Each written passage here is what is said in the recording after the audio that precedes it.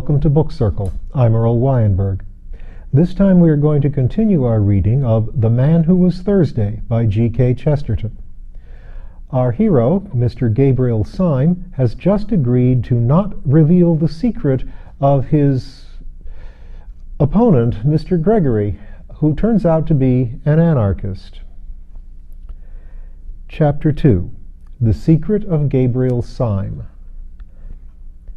The cab pulled up before a particularly dreary and greasy beer shop, into which Gregory rapidly conducted his companion. They seated themselves in a close and dim sort of bar parlor at a stained wooden table with one wooden leg. The room was so small and dark that very little could be seen of the attendant, who was summoned beyond a vague and dark impression of something bulky and bearded. "Will you take a little supper?" asked Gregory politely. "The pâté de foie gras is not good here, but I can recommend the game." Syme received the remark with stolidity, imagining it to be a joke. Accepting the vein of humor, he said with a well-bred indifference, "Oh, bring me some lobster mayonnaise." To his indescribable astonishment, the man only said, "Certainly, sir," and went away apparently to get it. "What will you drink?" resumed Gregory with the same careless yet apologetic air. "I shall only have a creme de menthe myself. I have dined, but the champagne can really be trusted. Do let me start you with a half bottle of Pommery at least." "Thank you," said the motionless Syme. "You are very good." His further attempts at conversation, somewhat disorganized in themselves, were cut short finally as by a thunderbolt by the actual appearance of the lobster. Syme tasted it and found it particularly good. Then he began to eat with great rapidity and appetite. "Excuse me if I enjoy myself rather obviously," he said to Gregory, smiling. "I don't often have the luck to have a dream like this. It is new to me for a nightmare to lead to lobster. It is commonly the other way around." "You are not asleep, I assure you," said Gregory. "You are, on the contrary, close to the most actual and rousing moment of your existence. Ah, here comes your champagne. I admit that there may be a slight disproportion, let us say, between the inner arrangements of this excellent hotel and its simple and unpretentious exterior. But that is all our modesty. We are the most modest men that ever lived on earth." "And who are we?" asked Syme, emptying his champagne glass. "It is quite simple," replied Gregory. "We are the serious anarchists in whom you do not believe." "Oh," said Syme shortly. "You do yourselves well in drinks." "Yes, we are serious about everything," answered Gregory. Then after a pause he added, "If in a few moments this table begins to turn round a little, don't put it down to your inroads into the champagne. I don't wish you to do yourself an injustice." "Well, if I'm not drunk, I'm mad," replied Syme with perfect calm. "But I trust I can behave like a gentleman in either condition. May I smoke?" "Certainly," said Gregory, producing a cigar case. "Try one of mine." Syme took the cigar, clipped the end off with a cigar cutter out of his waistcoat pocket, put it in his mouth, lit it slowly, and let out a long cloud of smoke. It was not a little to his credit that he performed these rites with so much composure, for almost before he had begun them, the table at which he sat had begun to revolve, first slowly and then rapidly, as if at an insane séance. "You must not mind it," said Gregory. "It's a kind of screw." "Quite so," said Syme placidly. "A kind of screw. How simple that is." The next moment the smoke of his cigar, which had been wavering across the room in snaky twists, went straight up as if from a factory chimney, and the two, with their chairs and table, shot down through the floor as if the earth had swallowed them. They went rattling down a kind of roaring chimney as rapidly as a lift cut loose, and they came with an abrupt bump to the bottom. But when Gregory threw open a pair of doors and let in a red subterranean light, Syme was still smoking, with one leg thrown over the other, and had not turned a yellow hair. Gregory led him down a low, vaulted passage, at the end of which was a red light. It was an enormous crimson lantern, nearly as big as a fireplace, fixed over a small but heavy iron door. In the door there was a sort of hatchway or grating, and on this Gregory struck 5 times. A heavy voice with a foreign accent asked him who he was. To this he gave the more or less unexpected reply, "Mr. Joseph Chamberlain." The heavy hinges began to move. It was obviously some kind of password.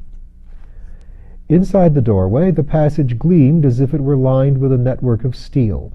On a second glance, Syme saw that the glittering pattern was really made up of ranks and ranks of rifles and revolvers, closely packed or interlocked.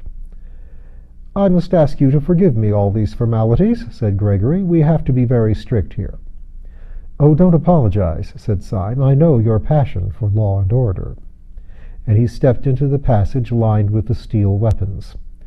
With his long fair hair and rather foppish frock-coat, he looked a singularly frail and fanciful figure as he walked down that shining avenue of death.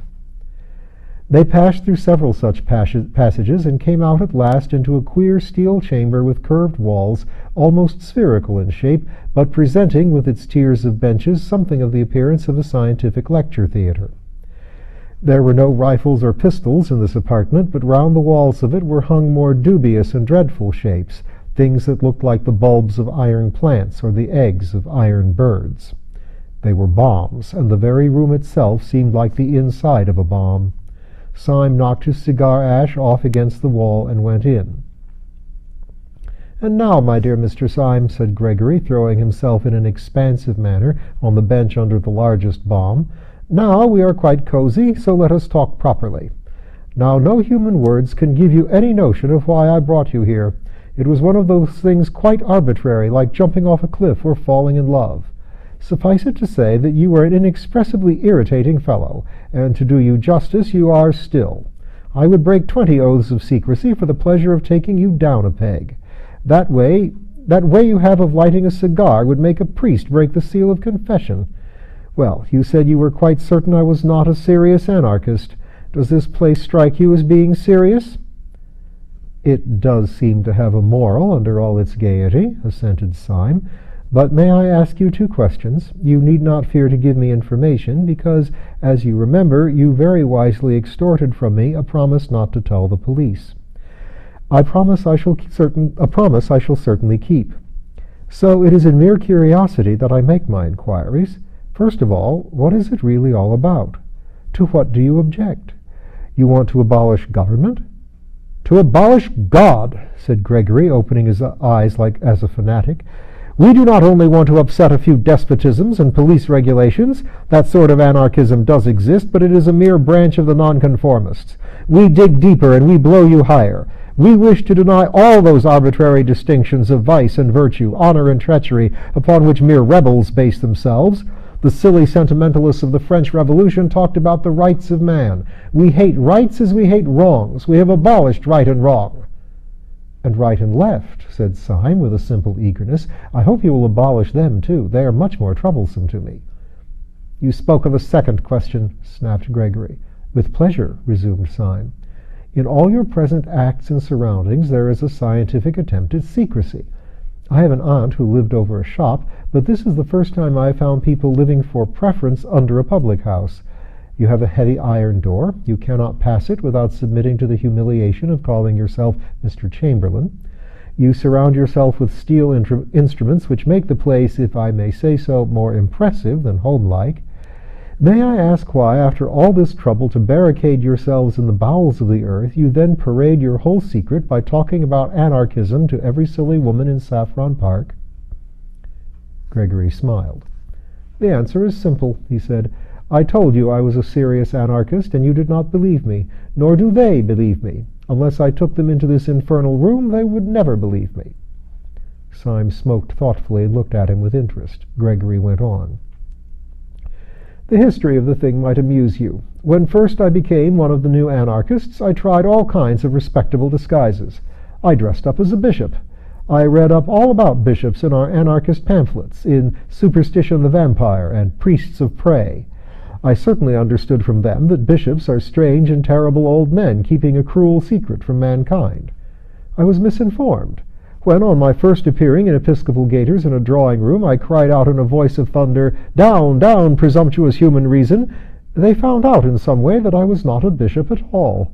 I was nabbed at once. Then I made up as a millionaire, but I defended capital with so much intelligence that a fool could see I was quite poor. Then I tried being a major.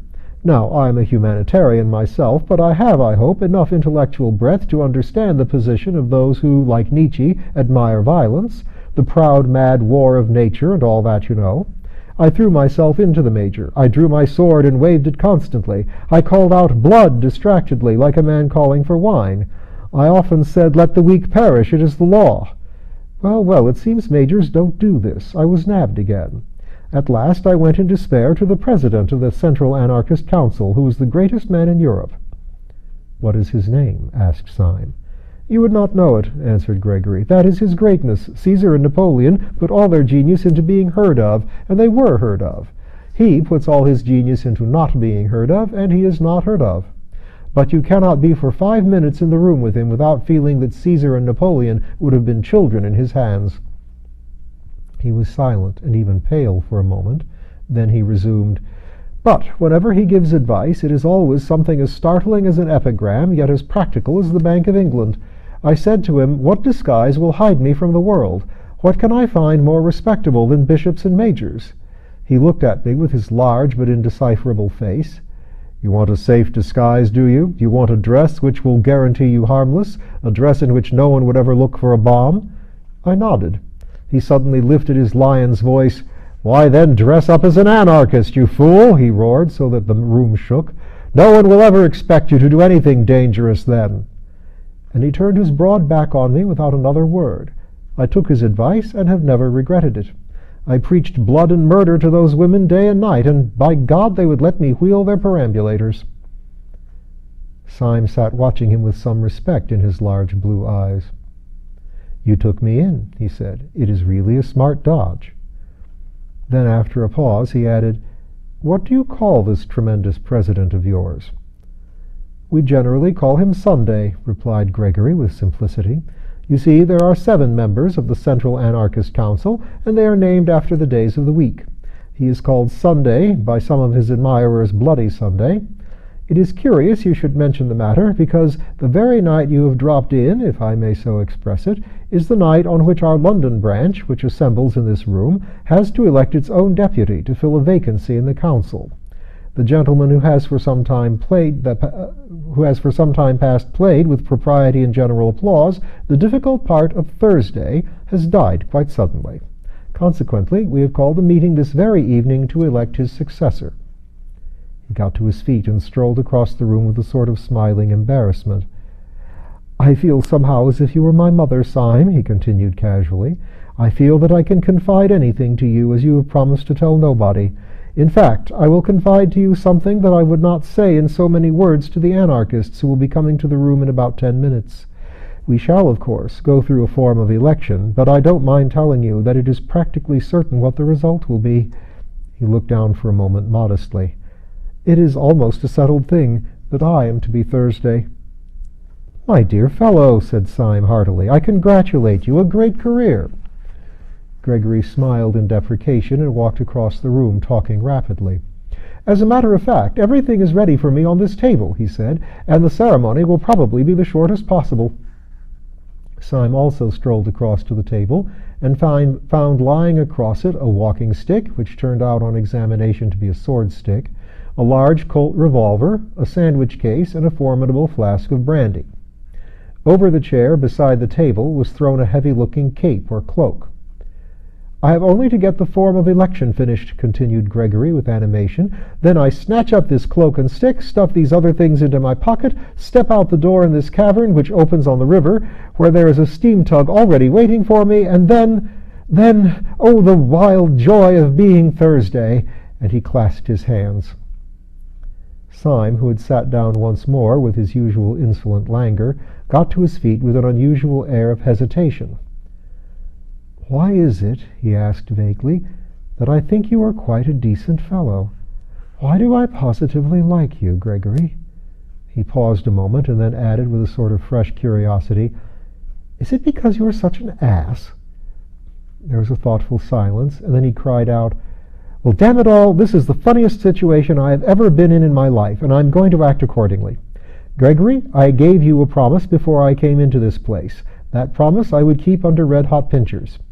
Would you give me, for my own safety, a little promise of the same kind? A promise? Asked Gregory, wondering. Yes, said Syme very seriously, a promise. I swore before God that I would not tell your secret to the police. Will you swear by humanity, or whatever beastly thing you believe in, that you will not tell my secret to the anarchists?" "Your secret?" asked the staring Gregory. "Have you got a secret?" "Yes," said Syme. "I have a secret." Then, after a pause, "Will you swear?" Gregory glared at him gravely for a few moments, and then said abruptly, "You must have bewitched me, for I feel a furious curiosity about you. Yes, I will swear not to tell the anarchists anything you tell me. But look sharp, for they will be here in a couple of minutes." Syme rose slowly to his feet and thrust his long white hands into his long gray trouser pockets. Almost as he did so, there came 5 knocks on the outer grating, proclaiming the arrival of the first of the conspirators. "Well," said Syme slowly, "I don't know how to tell you the truth more shortly than by saying that your expedient of dressing up as an aimless poet is not confined to you or your president. We have known the dodge for some time at Scotland Yard." Gregory tried to spring up straight, but he swayed thrice. "What do you say?" he asked in an inhuman voice. "Yes," said Syme simply. "I am a police detective, but I think I hear your friends coming." From the doorway there came a murmur of "Mr. Joseph Chamberlain." It was repeated twice and thrice, and then 30 times, and the crowd of Joseph Chamberlains, a solemn thought, could be heard trampling down the corridor. Chapter 3. The Man Who Was Thursday. Before one of the fresh faces could appear at the doorway, Gregory's stunned surprise had fallen from him. He was beside the table with a bound, and a noise in his throat like a wild beast. He caught up the Colt's revolver and took aim at Syme. Syme did not flinch, but he put up a pale and polite hand. "Don't be such a silly man," he said with the effeminate dignity of a curate. "Don't you see it's not necessary? Don't you see that we're both in the same boat? Yes, and jolly seasick." Gregory could not speak, but he could not fire either, and he looked his question. "Don't you see we've checkmated each other?" cried Syme. "I can't tell the police you are an anarchist. You can't tell the anarchists I'm a policeman. I can only watch you, knowing what you are, and you can only watch me, knowing what I am. In short, it's a lonely intellectual duel, my head against yours. I'm a policeman deprived of the help of the police. You, my poor fellow, are an anarchist deprived of the help of that law and organization which is so essential to anarchy. The one solitary difference is in your favor. You are not surrounded by inquisitive policemen. I am surrounded by inquisitive anarchists. I cannot betray you, but I might betray myself. Come, come, wait and see me betray myself. I shall do it so nicely." Gregory put the pistol down slowly, still staring at Syme as if he were a sea monster. "I don't believe in immortality," he said at last, "but if after all this you were to break your word, God would make a hell only for you to howl in forever." "I shall not break my word," said Syme sternly, "nor will you break yours. Here are your friends." The mass of the anarchists entered the room heavily, with a slouching and somewhat weary gait, but one little man with a black beard and glasses, a man somewhat of the type of Mr. Tim Healy, detached himself and bustled forward with some papers in his hand. "Comrade Gregory," he said, "I suppose this man is a delegate?" Gregory, taken by surprise, looked down and muttered the name of Syme, but Syme replied almost pertly, "I'm glad to see that your gate is well enough guarded to make it hard for anyone to be here who is not a delegate." The brow of the little man with the black beard was, however, still contracted with something like suspicion. "What branch do you represent?" he asked sharply. "I should hardly call it a branch," said Syme, laughing. "I should call it, at the very least, a root." "What do you mean?" "The fact is," said Syme serenely, "the truth is I am a Sabbatarian. I have been specially sent here to see that you show a due observance of Sunday." The little man dropped one of his papers, and a flicker of fear went over all the faces of the group. Evidently the awful president, whose name was Sunday, did sometimes send down such irregular ambassadors to such branch meetings. "Well, comrade," said the man with the papers after a pause, "I suppose we'd better give you a seat in the meeting." "If you ask my advice as a friend," said Syme with severe benevolence, "I think you'd better." When Gregory heard the dangerous dialogue end with a sudden safety for his rival, he rose abruptly and paced the floor in painful thought. He was indeed in an agony of diplomacy. It was clear that Syme's inspired impudence was likely to bring him out of all merely accidental dilemmas. Little was to be hoped from them. He could not himself betray Syme, partly from honor, but partly also because if he betrayed him and for some reason failed to destroy him, the Syme who escaped would be a Syme freed from all obligation of secrecy, a Syme who could simply walk to the nearest police station. After all, it was only one night's discussion, and only one detective who would know of it. He would let out as little as possible of their plans that night, and let Syme go and chance it. He strode across to the group of anarchists, which was already distributing itself along the benches. "I think it is time we began," he said. "The steam tug is waiting on the river already. I move that Comrade Buttons takes the chair." This being approved by a show of hands, the little man with the papers slipped into the presidential seat. "Comrades," he began, as sharp as a pistol shot, "our meeting tonight is important, though it need not be long. This branch has always had the honor of electing Thursday for the Central European Council. We have elected many and splendid Thursdays. We all lament the sad decease of the heroic worker who occupied the post until last week. As you know, his services in the cause were considerable. He organized the great dynamite coup of Brighton, which, under happier circumstances, ought to have killed everybody on the pier.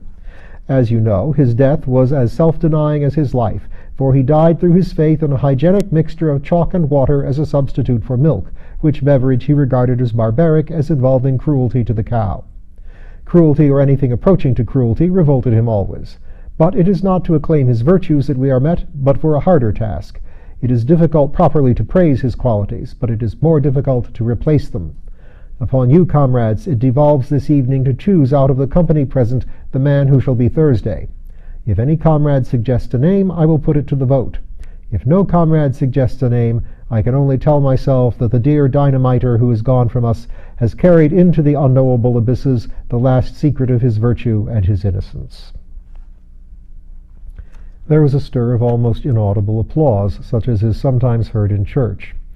Then a large old man with a long and venerably white beard, perhaps the only real working man present, rose lumberingly and said, "I move that Comrade Gregory be elected Thursday," and sat lumberingly down again. "Does anyone second?" asked the chairman. A little man with a velvet coat and a pointed beard seconded. "Before we put the matter to the vote," said the chairman, "I will call on Comrade Gregory to make a statement." Gregory rose amid a great rumble of applause. His face was deadly pale, so that by contrast his queer red hair looked almost scarlet. But he was smiling and altogether at ease. He had made up his mind, and he saw his best policy quite plain in front of him like a white road. His best chance was to make a softened and ambiguous speech, such as would leave on the detective's mind the impression that the anarchist brotherhood was a very mild affair after all. He believed in his own literary power, his capacity for suggesting fine shades and picking perfect words. He thought that with care he could succeed, in spite of all the people around him, in conveying an impression of the institution subtly and delicately false. Syme had once thought that anarchists, under all their bravado, were only playing the fool. Could he not now, in the hour of peril, make Syme think so again? "Comrades," began Gregory in a low but penetrating voice, "it is not necessary for me to tell you what is my policy, for it is your policy also. Our belief has been slandered, it has been disfigured, it has been utterly confused and concealed, but it has never been altered. Those who talk about anarchism and its dangers go everywhere and anywhere to get their information, except to us, except to the fountainhead. They learn about anarchists from sixpenny novels. They learn about anarchists from tradesmen's newspapers. They learn about anarchists from Alley Sloper's Half Holiday and the Sporting Times. They never learn about anarchists from anarchists. We have no chance of denying the mountainous slanders which are heaped upon our heads from one end of Europe to another. The man who has always heard that we are walking plagues has never heard our reply. I know that he will not hear it tonight, though my passion were to rend the roof, for it is deep, deep under the earth that the persecuted are permitted to assemble, as the Christians assembled in the catacombs. But if, by some incredible accident, there were here tonight a man who all his life had thus immensely misunderstood us, I would put this question to him. When those Christians met in those catacombs, what sort of moral reputation had they in the streets above? What tales were told of their atrocities by one educated Roman to another? Suppose, I would say to him, suppose we are only repeating that still mysterious paradox of history. Suppose we seem as shocking to the Christians because we are really as harmless as the Christians. Suppose we seem as mad as the Christians because we are really as meek. The applause that had greeted the opening sentences had been gradually growing fainter, and at the last word it stopped altogether. In the abrupt silence, the man with the velvet jacket said in a high, squeaky voice, "I'm not meek." "Comrade Witherspoon," resumed Gregory, "says that he is not meek. Ah, how little he knows himself. His words are indeed extravagant. His appearance is ferocious, and even to an ordinary taste unattractive. But only the eye of a friendship as deep and delicate as mine can perceive the deep foundations of solid meekness which lie at the base of him, too deep even for himself to see. I repeat, we are the true early Christians, only that we come too late. We are simple as they were simple. Look at Comrade Witherspoon. We are modest as they were modest. Look at me. We are merciful." "No, no," called out Mr. Witherspoon with the velvet jacket. "I say we are merciful," repeated Gregory furiously, "as the early Christians were merciful. Yet this did not prevent their being accused of eating human flesh. We do not eat human flesh." "Shame!" cried Witherspoon. "Why not?" "Comrade Witherspoon," said Gregory with a feverish gaiety, "is anxious to know why nobody eats him." Laughter. "In our society, at any rate, which loves him sincerely, which is founded upon love—" "No, no," said Witherspoon, "down with love." "Which is founded upon love," repeated Gregory, grinding his teeth. "There will be no difficulty about the aims which we shall pursue as a body, or which I should pursue were I chosen to represent this body. Superbly careless of the slanders that represent us as assassins and enemies of the human society, we shall pursue with moral courage and quiet intellectual pressure the permanent ideals of brotherhood and simplicity." Gregory resumed his seat and passed his hand across his forehead. The silence was sudden and awkward. But the chairman rose like an automaton and said in a colorless voice, "Does anyone oppose the election of Comrade Gregory?" The assembly seemed to seethe and the assembly seemed vague and subconsciously disappointed, and Comrade Witherspoon moved restlessly on his seat and muttered in his thick beard. By the sheer rush of routine, however, the motion would have been put and carried. But as the chairman was opening his mouth to put it, Syme sprang to his feet and said in a small and quiet voice, "Yes, Mr. Chairman, I oppose." And at the end of our second reading of The Man Who Was Thursday, we are not yet quite sure who is the man who was Thursday. But perhaps we'll find out next time.